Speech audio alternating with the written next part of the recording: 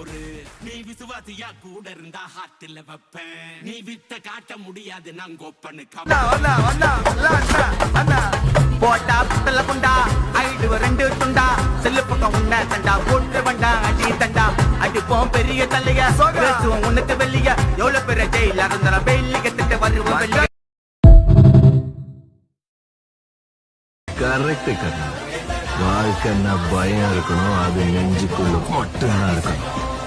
ஆனா அந்த நெஞ்சு நம்மளோட தான் இருக்கக்கூடாது, நம்மளை எதிர்த்து நிக்கிறவங்களோட தான் இருக்கணும்.